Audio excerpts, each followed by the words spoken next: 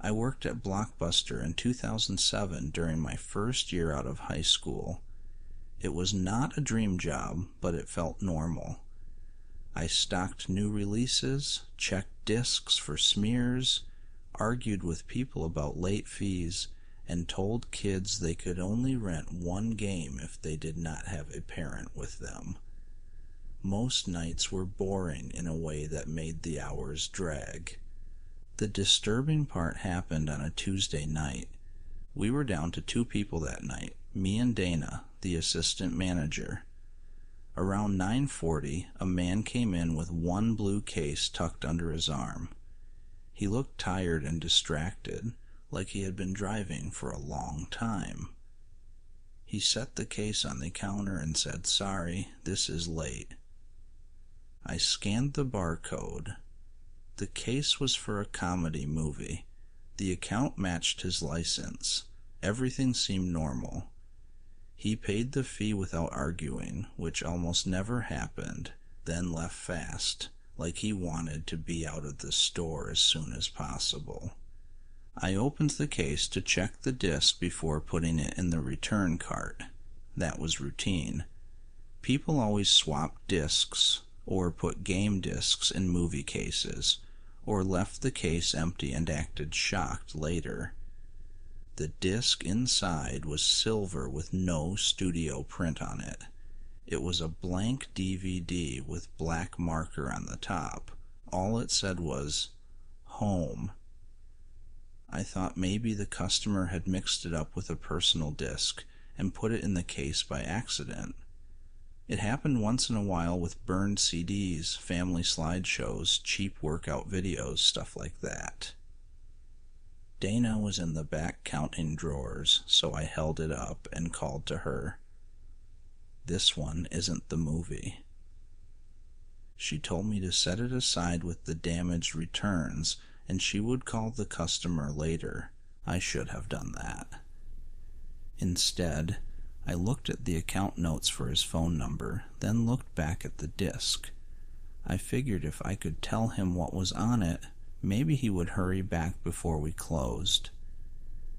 I put it into the store computer at the front counter, and it loaded right away. No menu, no title screen, just video. At first it looked like a home movie. A camera moved through a kitchen. The date stamp in the corner said June 14th, 2004. Someone was breathing hard behind the camera, not crying, not talking, just breathing. The kitchen was dark except for the stove clock and a light over the sink. I was already uncomfortable, but I kept watching because I thought maybe it would switch to some normal family thing, and I was being dramatic. Then the camera moved down a hall. There were framed school photos on the wall, a pair of shoes by a bedroom door, a laundry basket, regular house stuff. The person behind the camera pushed open a door and aimed it into a child's room. A little boy was asleep in bed. The camera stayed on him for a long time, too long. Then it moved closer. I reached for the eject button, but before I hit it, the video cut to another room. A woman was asleep there. The person filming stood in the doorway for maybe 10 seconds. Then the camera turned left, slowly, like the person already knew who else was in the room. There was a man on the floor beside the bed, not sleeping. His face was turned toward the camera. His eyes were open. There was tape over his mouth. I hit eject so hard the button cracked. The disc popped out halfway. My hands were shaking when I pulled it free. Dana came out from the office and asked what I was doing. I told her to come look. She saw my face first, then the monitor. The video had frozen on the last frame before the disc came out. The taped man was still there, staring straight ahead. Dana asked if it was a joke disc. I said no. She locked the front door even though there were still 15 minutes before close. Then she watched the first minute herself. She stopped before the hallway part and called the police. While we waited, I pulled up the customer account again. The name on the membership was current. The address was local, only 10 minutes away. Dana told me not to call him. She said if the disc was real, we did not know who he was or why he had it. That was the part that made my stomach turn. He had handed it to me so casually, like he was dropping off a normal movie after dinner. 2 officers came in, then a detective about 20 minutes later. They took the disc, the case, the receipt, and our statement. One officer asked if the customer seemed nervous. I said no. He seemed distracted, but normal. Tired. In a hurry. That was all. I barely slept that night. The next afternoon, police came back with a photo lineup. The customer from the store was in it. I picked him out right away. The detective told us the house on the DVD had been identified that morning. It belonged to the customer's sister. She and her son were alive. Her husband was not. The man in the video had been missing for almost 2 years. The customer had borrowed a movie from us that week. When he returned it, he put the disc from his own house into the case by accident and handed over evidence nobody knew existed. Blockbuster closed years ago, but I still think about how ordinary that night felt until that moment.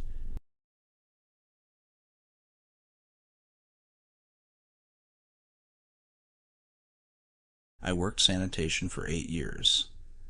Most days were simple. Start before sunrise, ride the route, dump cans, keep moving. You saw food boxes, broken lamps, yard trash, diapers, old clothes. After a while, almost nothing surprised you. That changed on a Tuesday in August. My route had a row of duplexes near the end. Older place, small porches, thin walls. People moved in and out all the time. I knew the units mostly by the trash they put out. One guy drank the same cheap beer every night. One lady ordered too much from shopping channels. One family had 3 little kids and went through cereal boxes like crazy. Unit 14 had a woman living there alone. Late 30s maybe. Quiet. She always dragged her can out the night before and set it in the exact same spot by the curb. Neat house, clean porch, a small plant by the door. She would wave if she saw me, but that was it.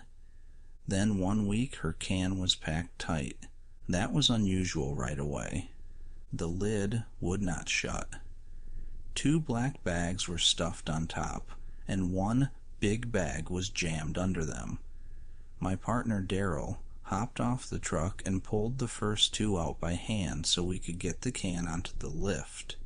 The first bag was light, just paper and food cartons. The second had clothes in it, mostly women's shirts and jeans. Clean stuff from the look of it. Not stained, not ruined, just thrown out. Then Daryl grabbed the last bag and stopped. He looked at me and said, "You need to see this." I climbed down.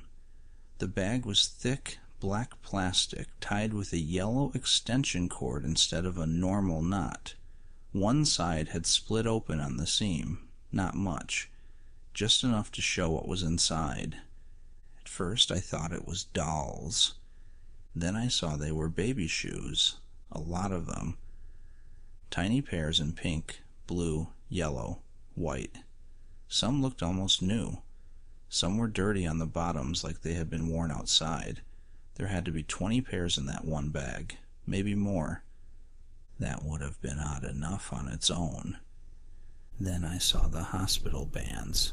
They were mixed in with the shoes, little plastic newborn wristbands, white with faded print. Some still snapped shut in circles, some cut open. I could make out dates on a few. Not close together either. They ran across years. Daryl leaned back and said, "She doesn't have kids." I stared at the bag again. Under the shoes and bands I could see folded baby blankets, a pacifier still in the package, a framed name sign made of wood cracked across the middle. Not a family name, just first names. More than one. I felt my stomach pull tight. "Maybe she cleans out houses," Daryl said, but he did not sound like he believed it. I bent a little closer. There were envelopes in the bag, too. Dozens of them, all opened, all white, all the same size. On top of one, written in black marker, were 3 words: "Do not open." The flap was already torn. I should have left it alone. I know that. But something about that bag fell off in a way I still can't explain. Not danger exactly. More like stepping into a room after people stop talking. I slid one envelope halfway out. Inside was a birth certificate. Not hers. A baby girl. Born 11 years earlier. Under that was another one. Then another. Different names. Different years. My hands got cold even in the heat. Daryl told me to drop it.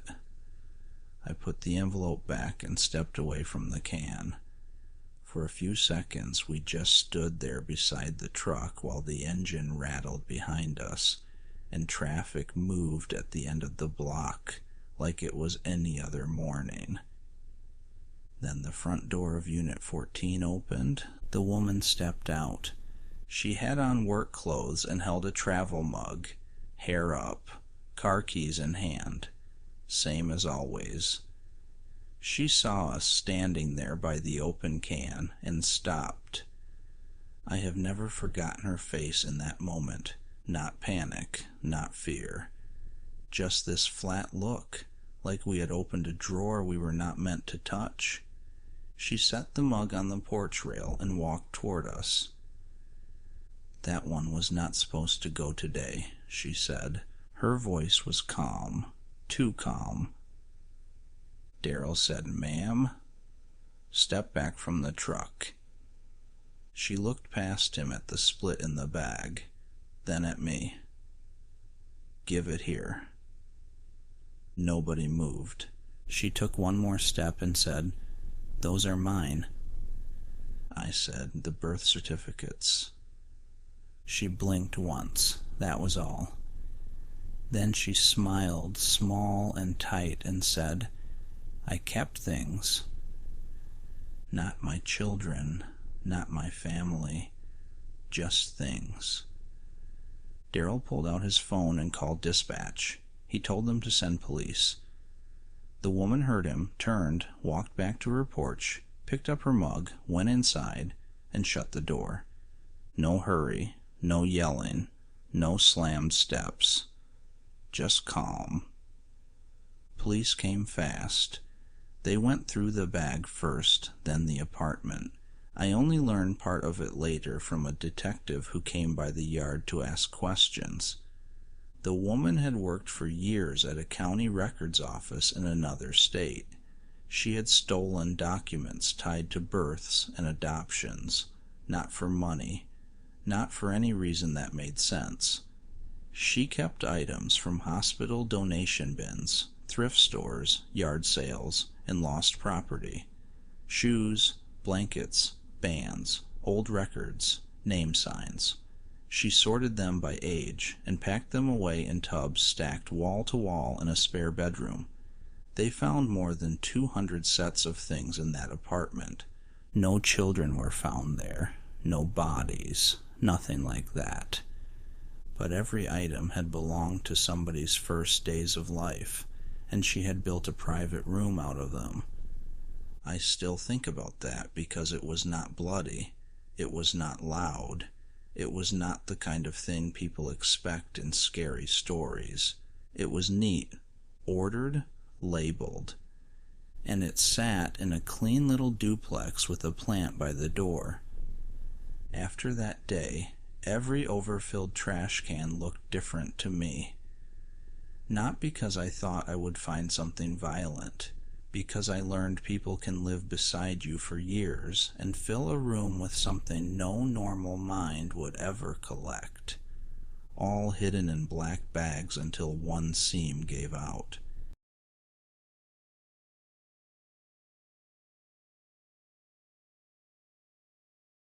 I used to walk home from work 2 nights a week when my car was in the shop. It was only a little over a mile. Most of it was on a main road with street lights, then 2 side streets, then my apartment complex. I did it so many times that I stopped thinking about it. That night I left around 10:40. I worked late at a grocery store. I still had my name tag on and a bag with a bottle of soda and chips in it. It was warm out. The air smelled like cut grass and hot pavement cooling down. The first half of the walk felt normal. Cars passed. A couple sat outside a taco place near the corner. Someone across the street was taking trash cans back up their driveway. I had one earbud in, low volume, just enough to make the walk feel shorter.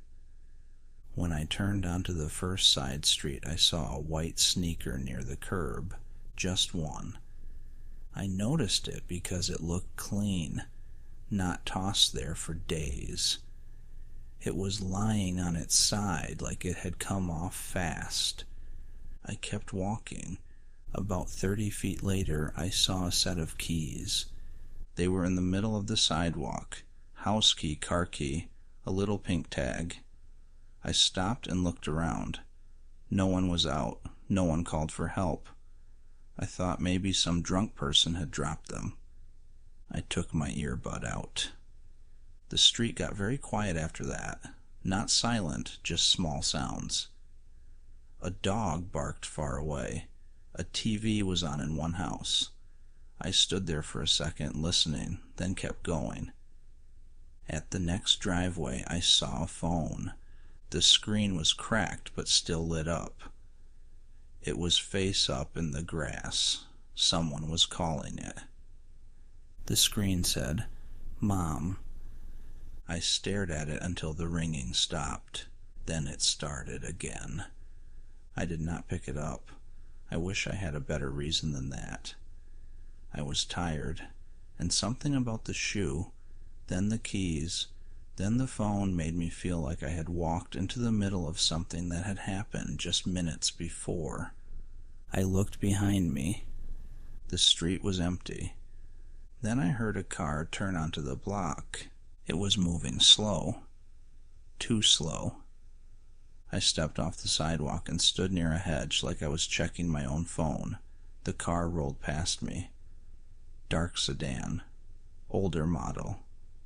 The windows were down, but I could not see the driver well because the inside was so dark. It kept going to the stop sign at the end of the street. It did not turn. It stopped there and stayed there. I started walking again, faster now. I told myself I was being dramatic. Maybe the driver was lost. Maybe they were texting.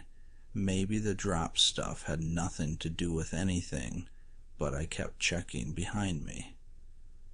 When I got close to the little park near my apartment, I saw something else in the grass by the sidewalk. A purse. It was open. Everything inside had been dumped out. Wallet, makeup, receipts. A small bottle of hand sanitizer on its side. One of those little stuffed keychains. I could see the strap had snapped. That was when I stopped telling myself stories. I pulled out my phone and started to call 911. Before I hit send, I heard the sound of tires again. The same car had come around the block. This time it slowed right next to the park. My whole body went cold. I did not look at the car. I just walked. Fast. Not running, because I did not want to show fear, but as fast as I could without it turning into a run. The car stayed beside me for a few seconds. Then it moved ahead and stopped near the corner I had to turn. The passenger door opened. No one got out. I finally ran. I cut through the park instead of staying on the sidewalk. I did not care if it looked crazy. My bag slapped against my leg. My soda hit my knee. I could hear my own breathing so hard it made everything else blur. I got to my building, went through the side gate, and yanked it shut behind me. I took the stairs 2 at a time. By the time I got inside my apartment, my hands were shaking so badly I dropped my keys twice. I locked the door and called 911. They came fast. I told them about the shoe, the keys, the phone, the purse, the car. One officer went back with me in his cruiser. The other stayed near my building. The side street was empty. No car. The shoe, keys, and purse were still there. The phone was gone. The officer asked me if I was sure about the call on the screen. I said yes. He asked if I had touched anything. I said no.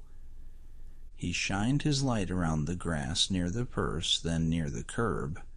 After a few seconds, he stopped moving. There was a woman's ID in the wallet.